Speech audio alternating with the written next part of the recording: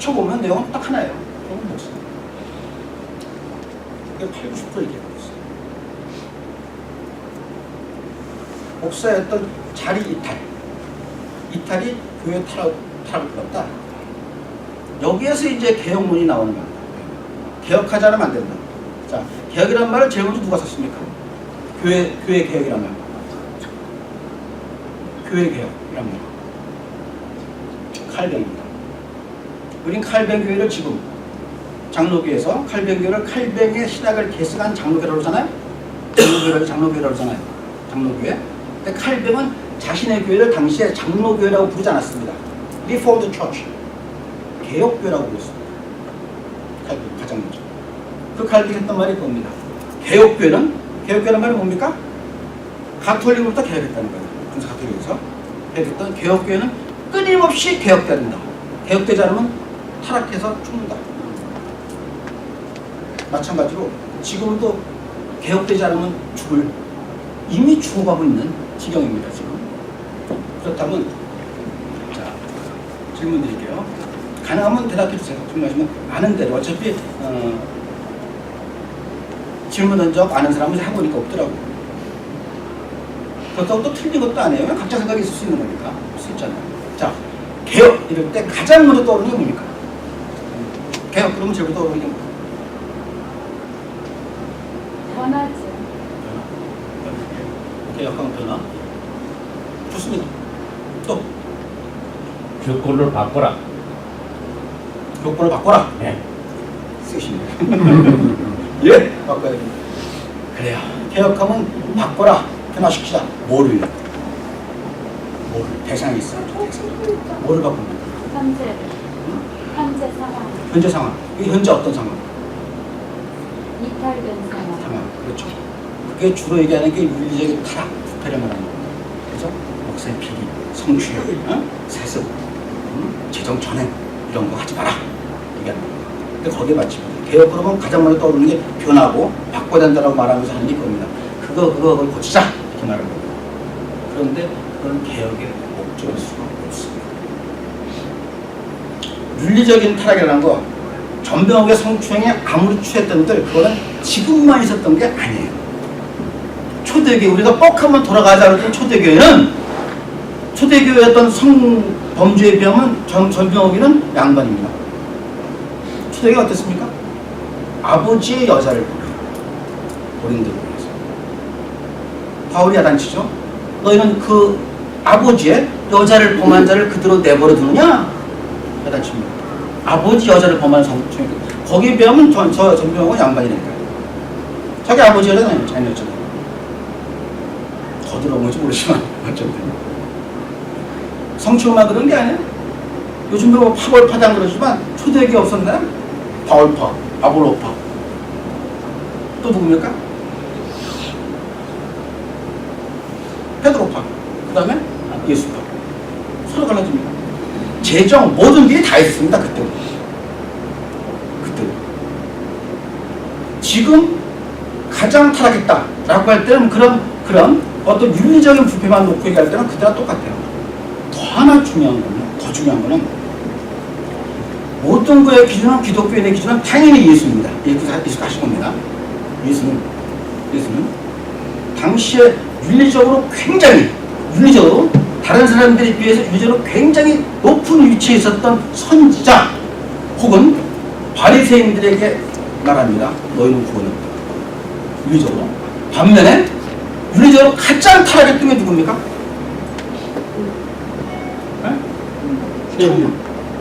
청년. 세리와 청년에게 너희에게 구원이 있다. 라고 하지 않습니까? 그렇죠. 이상하잖아요. 그렇게 열심히 하나님 열심히 했던 유대 바리새인들은 정말 열심히 했습니다. 너희가 아니라 세리, 창녀가 먼저 하나님을 만들고 했던 겁니다. 윤리에 초점 맞추면 안 되는 거죠. 그렇다면 뭡니까? 개혁의 대상은 드러난 현상으로 눈에 보이는 가시 현상으로 윤리적인 타락이 아니라 타락을 만들게 한 요인이 뭔가를 봐야 돼요. 타락한 요인은 샘물이 썩어 있으면은 샘물이 썩어 있으면 하루의 눈물 아무리 정화한들 계속 썩습니다. 샘을 막아버리든지 샘물 자체를 정화시켜야 되겠죠. 윤리적인 타락의 문제가 아니라 윤리적인 타락이 있게 만든 요인이 뭔가입니다. 뭡니까? 목사에게 집중된 권한입니다. 목사에게 집중된 권한이에요. 거기서 이탈하는 겁니다. 무슨 목사가 특히나 자그마한 목회하시는 분들은 그래요.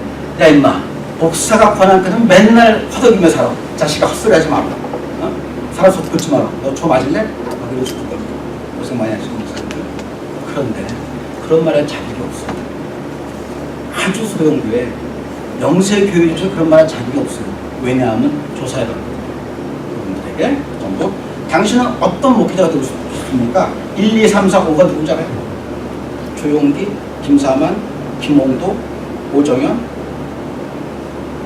그들 전부가 다 가장 타락한 목사를 지금 흠모하는 거예요. 다만 내가 능력이 없어서 거기 못 가고 있는 거지.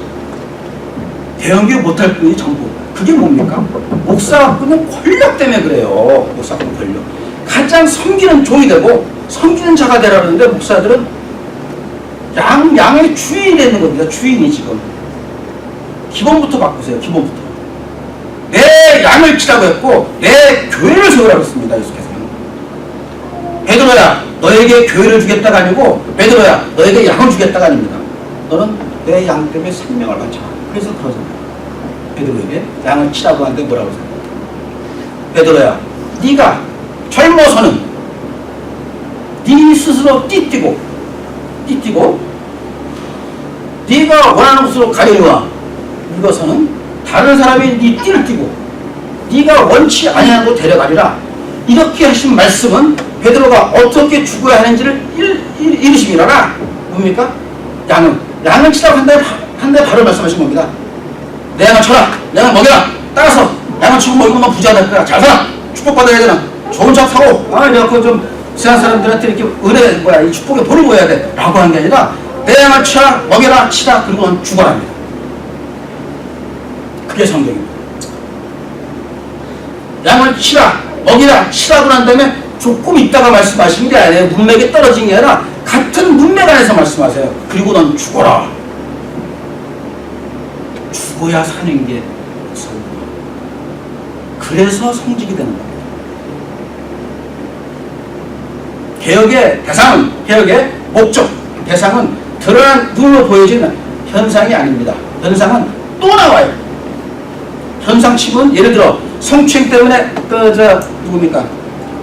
전병을 물론 치리해야 되겠죠. 당연히 해야 되겠지만 치리한들 목사들이 의식이 그렇고 그를 따르는 맹종하는 맹신들이 의식이 그러면 그런 일이 안 일어날 것 같습니까? 비일비재예요. 전병만 그런 것 같아요. 지금 성범죄 곳곳에 일어납니다. 목사의 잘못도 있고 따르는 여신도 잘못도 있고. 이름 끝까지는 안 밝히겠습니다. 김남아무개 하는 목사도 굉장히 유명하고 그야말로 어떤 책 등등을 통해서 굉장히 고결하게 이름난 사람입니다. 김남아무 벌써 알겠죠? 여기까지는. 지금 숨기고 있죠. 숨기고 있지 아주 상습적인 성추행이 나타나고 있습니다. 그 사람만 그런가요? 곳곳이. 왜 그래요? 왜 그래요? 목사가 자기 자리에서 벗어나야 돼요.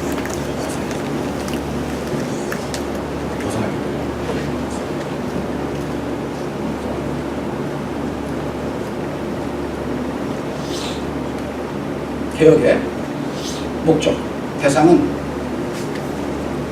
현상이 아니라 현상이 있게 한 요인을 파고들어가라 말씀드렸습니다. 그렇다면 그 요인이 된 것은 목사의 권력의 집중이다 라고 말씀드렸고, 그렇다면 권력이 집중되게 왜 됐을까요? 왜 목사의 권력이 집중됐다고 생각하십니까? 가만히 목사가 내가 가질래 이러지 않았을 거 아니에요. 뭔가 근거가 있으니까 목사한테 권력이 집중됐고 나름대로 또 그랬으니까 교인도 따라갔을 거 아닙니까? 이유가 있습니다. 목사의 권력이 집중되고 목사 이전에 사제에게 권력이 집중되고 했던 건 이유가 있습니다. 주주의 이유가 그게 뭡니까? 성직주의죠. 성직주의 뭡니까? 성, 나는 거룩하다. 속, 너는 속되다. 목사, 사제, 나는 거룩하다. 통신거, 너는 속되다. 이 근거입니다. 그래서 거룩한 내가 속된 너를 지배하고 다스린다. 라고 하는 게 성직주입니다. 그 성직주의 배경은 뭡니까? 그 성직주의 전에 들어가는, 전 단계 들어가는, 그게 이제 성속 이혼론이죠. 나는 거룩하고 너는 거룩하지 않다. 너는 속되다. 성속 이혼론인데 그 배경이 된 게 바로 예수로 이어집니다. 예수께서 마태복음 23장을 통해서 이 전체를 통해서 일관되게 말씀하시는 화가 있을진저, 아까 말씀드린 대로 세리나 창녀기 때문에 화가 있었던 게 아니라 예수께서 말씀하신 화가 있을진저라고 했던 건 마태복음 23장 전체를 통해서 7번에 걸쳐서 계속 반복합니다.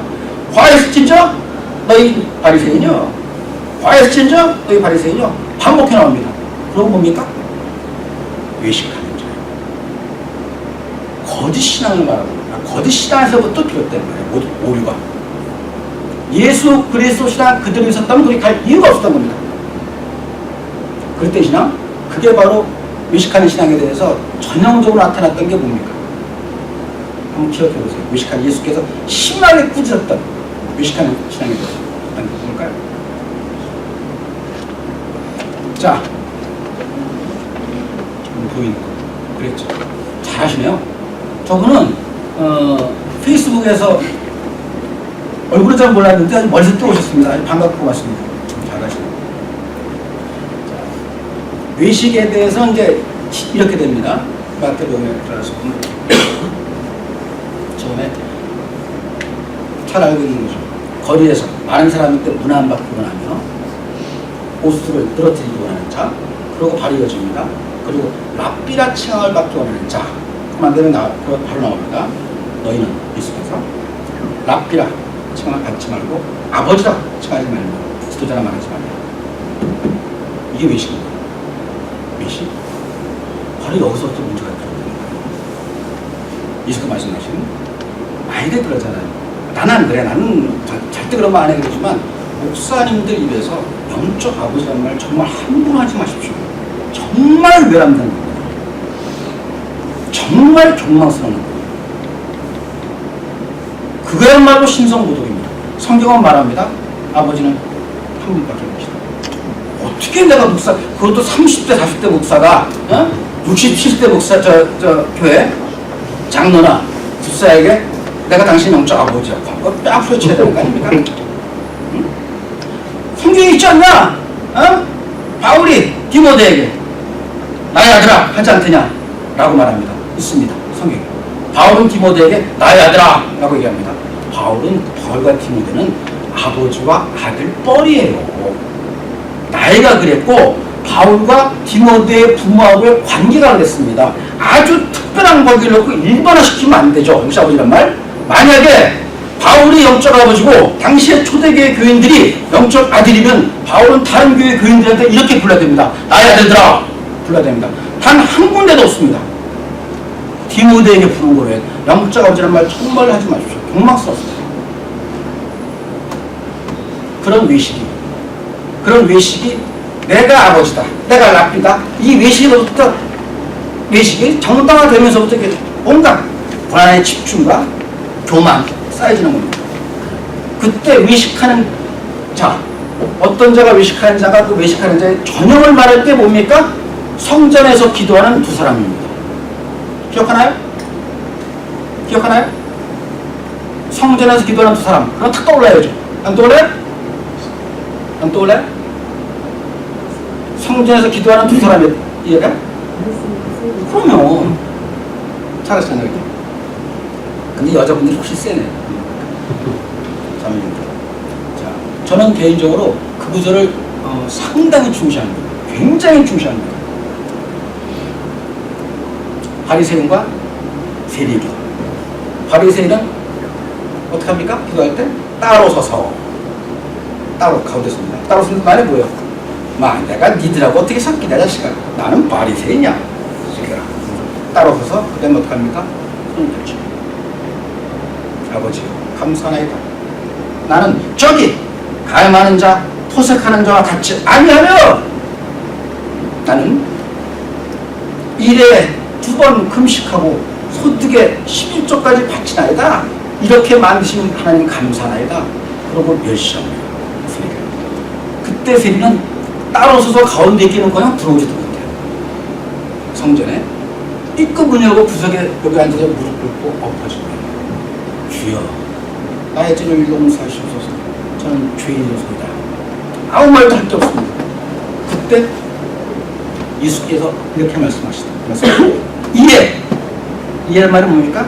이를 보고 두 사람 기도한 모습을 보고 이르시되 저 바리새인이 아니라 세리가 의롭다 칭하심을 받고 집으로 내려갔느니라. 뭡니까? 의롭다 칭하심을 받은 게 칭의 구원입니다. 예수 시대의 구원은 바로 세리가 받았다는 얘기예요. 바리새인 잘못하면 뭐 있어야죠? 기도하지 않고 우리가 많이 하는 거 아니에요? 그거? 우리가 하는 기도입니다. 또 우리 신앙생활 안 해? 나 11조 잘하잖아. 나 그건 안 껴먹어. 나 주일장에서는 야 목에 칼에 들어도 그건 안 껴먹어. 잘 지켜. 이거잖아. 그러잖아요. 아유 저 사람은 저 은혜를 못 받으니까 시집 못 사는 거야 저건. 저 뭔가 뭐가 꼈어. 꼈어. 은혜 못 받아 이렇게 저 집안이 저렇게만 못 살고 지지 잘한 거야. 라고 하고 마음대로 멸시하죠. 뭐 무슨 잘 되면 그러잖아. 돈 좀 벌거나, 뭐 자식 잘 되거나 남편 잘 되면 그러잖아. 은혜 받았어. 그러지 말라고. 단순히 그러지 말라고 금지한 게 아니라 너에게는 구원이 없다고 해요. 왜요? 외식하는 신앙의 중심은 나름이다. 외식하는 자가 도덕적으로 잘못했기 때문이 아니라 외식하는 신앙은 내가 중심이에요. 기독교 신앙에서 절대 금지가 나를 위한 겁니다. 그래서 아까 말씀드린 겁니다. 구원조차도 하나님이 주시는 은혜요 선물이지 요구하는 게 아닙니다. 은혜 주죠. 만약에 내가 원해서 얻을 수 있다면, 원해서 얻을 수 있는 거라면 성경은 예수를 통해서 계시합니다. 그렇다고. 근데 내가 원하는 대로 얻어지던가요? 이제 성경 그것까지 다 하면 너무 시간 걸리니까 못하겠습니다만, 구하라, 두드려라, 찾아라 하는 구구절도 내가 구하면 준다는 게 아니잖아요. 내가 구하고 자꾸 두드리면 열린다는 게 아니에요. 마태복음이 시작된 게 마가 누가에 거치면서 뭘로 끝납니까? 내가 너에게 성령을 주겠노라. 구하라, 찾아라, 두드려라 했던 그 말이 마지막에는 너에게 성령을 주겠다는 거예요. 성령 주겠다는 뭡니까? 성령을 주겠다는 말씀은 내가 구하고 찾고 얻는 거를 원하는 걸 주는 게 아니에요. 성령을 주면 내가 바뀌어버립니다. 하나님의 사람으로. 내가 지금 돈 주세요, 건강 주세요, 축복 주세요, 내 기도가 바뀌는 거예요. 성령으로. 기독교 신앙을 봤더니 네가 원하는 걸 주는 게 아닙니다. 어떤 거 주는 겁니까? 어떤 거 주는 거예요, 기독교 신앙으로? 뭔가 주실 거 아닙니까? 권위 하나님이, 은혜 하나님이 뭔가 우리한테 은혜를 베풀어 주실 거 아니에요? 뭐 주십니까? 자, 예수께서 겟세마네 동산에서 기도하십니다.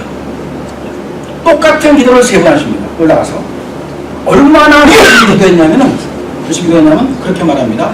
땀방울이 두두두두두 핏방울처럼 떨어지더라. 3번 올라가 기도합니다. 간절히 기도합니다. 뭐라고? 아버지여 원하옵건데 이 죽음의 자리에 대해서 치닫는 데 없어서 뭡니까? 살려달라고. 내일 십자가에 매달리면 그 추악한 그 죽음을 견딜 수가 없다고. 십자가의 죽음이 뭡니까? 어떤 겁니까? 우리가 생각하는 상상을 초월하는 거예요. 그런 게 아니에요. 우리가 이제 성화에서 보듯이 이게 멋있게 이거 좀 쉬는 자세가 아닙니다. 일단 그 수욕은 말할 수가 없고요.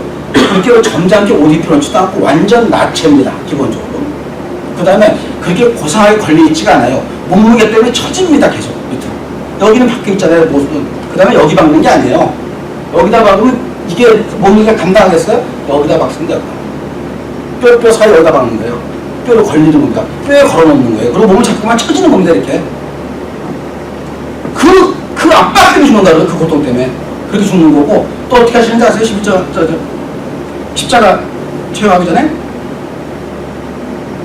반쯤 죽입니다. 왜냐하면 십자가에서 빨리 죽어야 돼요. 빨리 시체 치우려면 빨리 몸을 아웃시켜야 돼. 뭐 힘을 다. 어떻게 합니까? 채찍에다가 저걸 가는 거예요. 뼈가 어떻게 보이냐면 이 아령 모양입니다. 아령. 팔자 아령 모양으로 찍으면 살이 떨어져요. 딱 찍으면 쭉 살이. 그걸 맞으시면 그걸 다 알았다고 합니다. 요새. 나는 그걸 맞아야 되고 하인들하고 뺨을 치면서 조롱을 해야 되고 어떤 아이는 얼굴에 침을 뱉고 채찍을 맞아 다 알면서 정말 견딜 수 없으니까 아버지 이 죽음의 자를 나한테 지나가게 해주세요라고 기도했습니다. 우리도 그럴 거 아닙니까? 절망의 순간에 주여 정말 이것만 안 됩니다. 주여 이것만 피하게 해주십시오라고 기도하지 않습니까? 힘들. 그걸 누가 기도한 겁니까? 예수가 누굽니까? 하나님의 아들. 제발 이 십자가의 죽음의 이 처절한 이 모형만은 벗어나게 해주십시오라고 기도합니다. 그것도 3번을 반복했어요. 그때 성령도 옆에서 힘을 북돋아줍니다. 성령. 그렇죠? 천사가 앞에서 성령이라 나오죠. 성경에. 거기서 천사는 갑자기 어떤 눈에 보이는 가시의 천사가 나오는 게 아니라 성령을 말합니다. 성령이 수종되니라 했던 게 뭡니까? 성령의 힘을 북돋아주는 거예요. 힘을. 자, 성령의 힘을 북돋아주고 예수께서 기도했으면 그대로 돼야죠. 결과는 뭡니까? 죽습니다. 십자가 죽어요. 근데 그 순간에 성령은 또 같이 도왔단 말이에요. 무슨 말입니까? 하나님의 뜻입니다. 죽는 게. 기도는 그거예요. 기도는 내가 바라고 원하는 세상의 욕망을 얻는 게 아니라 나를 통해서 아버지요 하나님이시여 나를 통해서 당신의 뜻을 이루소서 하는 겁니다. 그 용기를 나한테 주세요. 그 순종할 수 있는 힘을 주시오 하는 게 기도입니다. 감당할 수 있는 힘을 주시오 했던 게 그때 예수는 바로 그 기도란 겁니다. 그게 하나님의 뜻이었습니다. 가장 큰 사랑이죠. 그 사랑이. 그날 예수께서 죽지 아니하시고 넘어갈 수 있겠지만 죽었기 때문에 가장 처절하게 죽었기 때문에 예수는 뭐가 됐습니까? 그리스도가 됐습니다. 그리스도. 죽지 않았으면 부활이 없고 부활이 없으면 그리스도가 없죠. 하나님의 가장 큰 사랑을 표현한 겁니다. 십자가죠.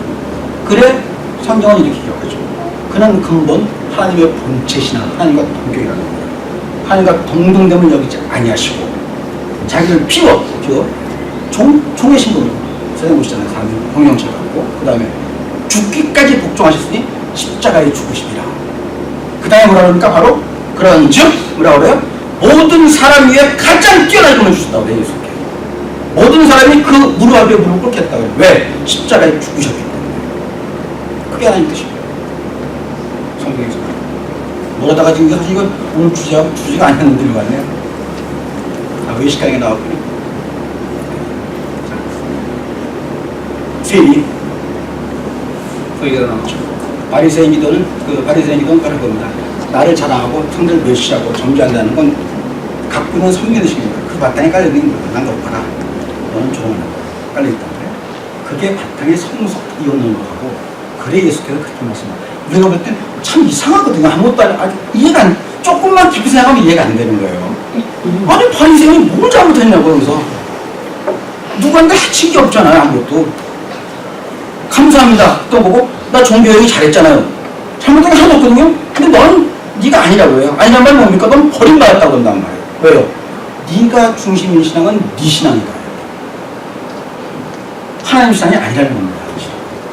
그게 외식하는 신앙. 그 외식에서 비롯된 게 성석이언론이고 성석이언론에 비롯된 게 성직주의입니다. 자, 성직주의의 절정에 달하면서 결국 종교 개혁이 일어나죠. 왜냐하면 성직주의는 그만큼 악이니까. 성직주의 괜히 일어난 게 아닙니다. 성직주의가 그런 배경이 있었어요. 그런 배경이 깔려있다가 그 성직주의 그때 중세 가톨릭의 어떤 부패가 절정에 이른 게 바로 면죄부입니다. 면죄부 판매. 자, 면죄부 판매하면 우리 그러잖아요. 면죄부를 팔아먹어? 저 미쳤네. 저거 말도 안 돼. 그리고 뭔가 그 가톨릭 그 교황을 욕하잖아요. 그 자체만 가면 안 된다고 그러잖아. 면죄부. 근데 그때 당시 종교는 맞는 거예요. 그게. 왜 그런지 아십니까? 그게 바로 성직주의 폐해입니다. 왜 그러냐면 교황은 죄를 사할 수 있는 권세가 있다. 당시에 회개는 세 가지가 단계가 있습니다. 회개는 첫째, 죄를 고백하라. 당연하죠. 고백하라. 그 다음에 고백하면 누구한테 합니까? 중세, 신부, 사제. 사제는 교황과 같습니다. 왜냐하면 교황이 사제한테 위임하니까 권세를. 그렇게 되는 겁니다. 사제한테 고백. 세 번째는 그걸 끝나지 않아요. 세 번째 뭡니까? 보석입니다. 보석이 뭐예요? 죄값을 치는 거예요. 죄값을 치는 것 중에 하나가 기도시키는 거, 금식하는 거, 몇 가지 항목이 있어요. 보석하는 거. 그 중에 하나가 돈입니다. 재물을 바치는 거예요. 바로 교황은 보석의 수단으로 돈 내라 이겁니다. 돈 내면 네 죄가 사했다 이겁니다. 그러니까 종교적으로 전혀 하자 없는 거예요. 전혀 하자 없다고요, 종교적으로. 근데 아니잖아요, 그러면. 예수 그리스도는 분명히 아니지 않습니까? 그래서 종교 개혁이 일어납니다. 루터의 종교 개혁은 뭡니까? 제일 먼저 맞섰던 게 뭐에 맞선 거예요? 루터의 종교 개혁은 무엇에 맞선 겁니까? 교권. 예? 교권. 교권. 대답하시면 한 분밖에 안 계시네. 다른 분 몰라서 안 하시는 겁니까? 그건 당연히 아실 것 같은데 대답 안 하세요. 종교 개혁은 그래요. 교권으로 결론적인 교권입니다. 사제. 가톨릭의 사제 성직주의에 맞섰던 겁니다. 그에 대한 철폐입니다. 그 종교 개혁이요. 뭘 내세워요? 너희는 택하신 족속이요. 그다음에 뭐? 왕 같은 제사장 들요. 거룩한 백성이 이렇게 나가는 베드로서 2장 놓고 종교 개혁을 일으킵니다. 왜요? 사제 성주는 오류다. 성경 어디도 그런 게 없다. 왜냐하면 예수께서 죽으신 날 십자가에 죽으실 때 가장 먼저 나타났던 게 지성소에 휘장이 찢어져 버립니다. 위아래로. 왜요? 이젠 너희가 담대히 들어가라. 하나님을 만나라. 네 죄를 들어가서 하나님께 직접 고백하고 죄를 용서 받아라. 이제는 제사장을 거칠 필요가 없다. 사제를 거칠 필요가 없다 이겁니다. 성경에 같이 명명한 거예요. 예수의 죽으심이 그거였어. 이제 너희가 담대히 나가라. 왜냐하면 네가 제사장이다. 근데 거기서 왕 같은 제사장은 번역이 좀 미진함입니다. 원어 그대로 가면 왕의 제사장이 좋습니다. 왕같이 이렇게 혼자 있는 제사장이 아니라 왕, 누굽니까? 하나님. 왕의 제사장이다. 너희가 누굽니까? 각자가. 그래갖고 만인 제사장주의를 내세운 겁니다. 굉장히 큰 공적이죠. 공적. 또 하나, 종교적인 또 하나 뭐가 있었습니까? 성경입니다. 당시의 성경은 사제와 로마 귀족만 읽을 수 있었어요. 왜냐하면 라틴어니까. 당시에는 죽은 언어로 사어였고 그 다음에 귀족만 배울 수 있는 언어였어요. 아무도 배울 수 없습니다. 그러니까 사제가 성경을 독점한 겁니다. 평신도 읽어서도 안 되고 읽으면 그 자체가 안 되는 거였습니다. 그거를 아드 비블리아, 종교개혁가 됐던 말 아드, 투, 비블리아, 바이블, 성경으로 가자 했던 말이 뭡니까? 성경을 번역한 겁니다. 절대 금했다. 독일어부터. 그리고 나눠준 겁니다. 그 나눠준 그 시점에 동시에 그 마이크가 없으니까 상당히 목소리만 지금 들리세요? 예. 그 시점에 구텐베르크의 인쇄기가 개발됩니다. 기적이죠. 만약에 구텐베르크 인쇄기가 없으면 종교개혁이 실패했습니다. 95개조 반박문을 갖다가 붙여놓고 한 다음에 사람들한테 구텐베르크 인쇄기가 없었다면 일일이 써갖고 옮기면 하루에 몇 장을 쓸 거예요. 인쇄기가 찍어 돌리면서 유럽에 다 퍼져갑니다. 성경이 다 퍼져나왔어요. 그런 배경이 있습니다. 두 가지의 큰 공적입니다. 종교개혁가들은. 자, 만인 제사장주의에 대한 철폐, 만인 사제 성주주의에 대한 철폐, 그 다음에 성경을 평신도에게 모든 성경으로 가져간 두 가지 큰 공적이 있습니다. 사제 성주주의는 그 말씀드린 대로 사제 성주주의 오르는 겁니다. 성직, 거룩한 직분이 없다는 말이 아니라 성직자를 통해서만 구원할 수 있다는 게 오르라는 겁니다. 성직자를 통해서만 구원할 수가 오르라는 얘기예요. 가톨릭은 그랬습니다. 가톨릭의 구원론 자체가 공덕신앙입니다. 공을 쌓아야 돼요. 은혜를 자꾸 쌓아서 이만큼 쌓아야 돼. 60점 이상 돼야 구원받는 겁니다. 사람들은 점수가 있어요. 무게가. 근데 바로 그 점수를 쌓기, 의대를 쌓기 위한 수단이 뭡니까? 성례전이에요. 7대 성사. 성례전은 누가 합니까? 사지 외에는 못해요. 결국 사지를 통해서만 성례를 쌓아서 은혜를 쌓아야 구원받는 거예요. 철저한 거죠. 배경이 그거였습니다. 또 더 재밌는 거는 은혜를 각자 의대를 이제 열심히 그 성례전을 주고 은혜를 쌓아요. 자꾸만 쌓는단 말이에요. 근데 어떤 사람은 한 방에 은혜가 커튼을 넘어서는 사람이 있어요. 누굴까요? 한 방에 커튼을 넘어서 버려요. 한 방에. 아실 것 같은데 왜 씨 웃으세요? 가소로운 것처럼. 뭐예요? 자, 순교자. 두 번째, 성품. 성인으로 품성 올린 사람. 두 가지는 점수가 오버돼요. 그럼 어떻게 하면 돼요? 순교자 거 20점 떼어오면 돼요. 얼마나 귀찮습니까? 그 사람 거 20점 떼어갖고 나눠주면 돼요. 그게 가톨릭 교리입니다. 교리받다. 가톨릭을 조롱하자는 게 아닙니다. 교리상 가톨릭은 상당히 문제예요. 저는 가톨릭 욕하지 않습니다. 왜냐하면 가톨릭도 훨씬 잘하는 기독교니까, 개신교니까 욕할 생각 없어요. 다만 교리상 가톨릭은 이건 허구입니다. 교리상 볼 때는 성모가 언제 승천합니까? 성경 어디에 성모가 승천하냐고. 성모라 말도 없거니와 마리아가 갑자기 승천을 해요. 마리아 승천은 10세기까지 없습니다. 10세기에 나온 겁니다. 마리아 승천은. 성경전. 그 다음에 교황 보호설. 교황이 신적 존재라고 말해요. 그건 언제입니까? 그것도 10세기예요. 그때 만들어지는 겁니다. 성경 어디도 있지 않은 게 만들어지는 성주주의 오류입니다. 그에 맞서 했던 개신교가 이제 만인제사장주의로 가고 성경을 평신도교에 돌린다고 들어갔습니다. 그래서 뭐 굉장히 더 이상 바라볼 게 없잖아요. 이제는 정말로 천하 만민이 건갈 수는 가야 되는데 거기에서 문제가 생긴 겁니다. 어떤 문제가요? 어떤 문제 생깁니까? 이렇게 말합니다. 루터는 맞다. 천국 열쇠는 모든 사람에게 속하였으나 모든 신자에게 만인제사장주의 말하는 겁니다.